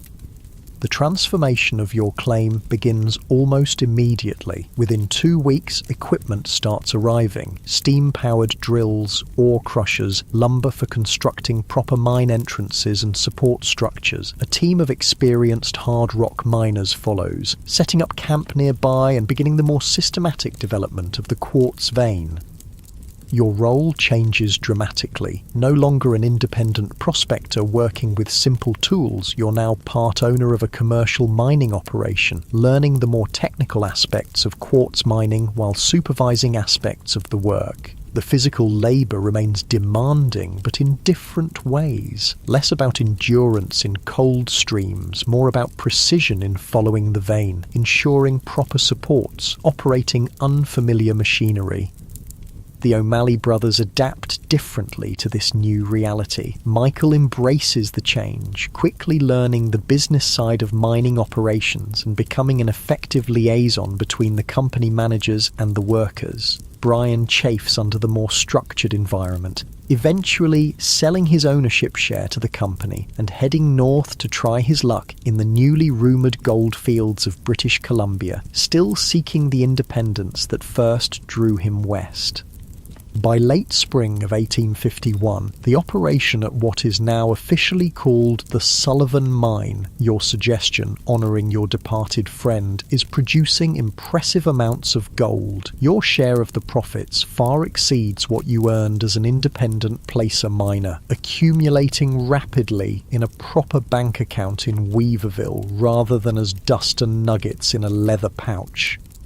But something has been lost in this transition, a connection to the land and the direct fruits of your labour that gave meaning to the hardships of independent mining. The romance of the gold rush, flawed and often illusory as it was, has given way to the more prosaic reality of industrial extraction. Gold is still being found, but the finding itself has become a business rather than an adventure. In June, you make the decision to honour your promise to Sullivan. Taking a leave from the mining operation, you travel first to Sacramento and then by steamer to San Francisco, carrying Sullivan's gold, now converted to proper currency, to arrange for its transmission to his sisters in Boston. The journey provides your first real exposure to the changes sweeping California in the wake of the gold rush. San Francisco in 1851 bears little resemblance to the sleepy port town it was just 3 years earlier. Now it's a bustling city of some 25,000 people, with proper streets, substantial buildings, businesses of all descriptions, and the constant activity of a major commercial centre. Ships from around the world crowd the harbour, bringing goods and more fortune seekers, despite the decreasing odds of striking it rich in the increasingly organised gold fields.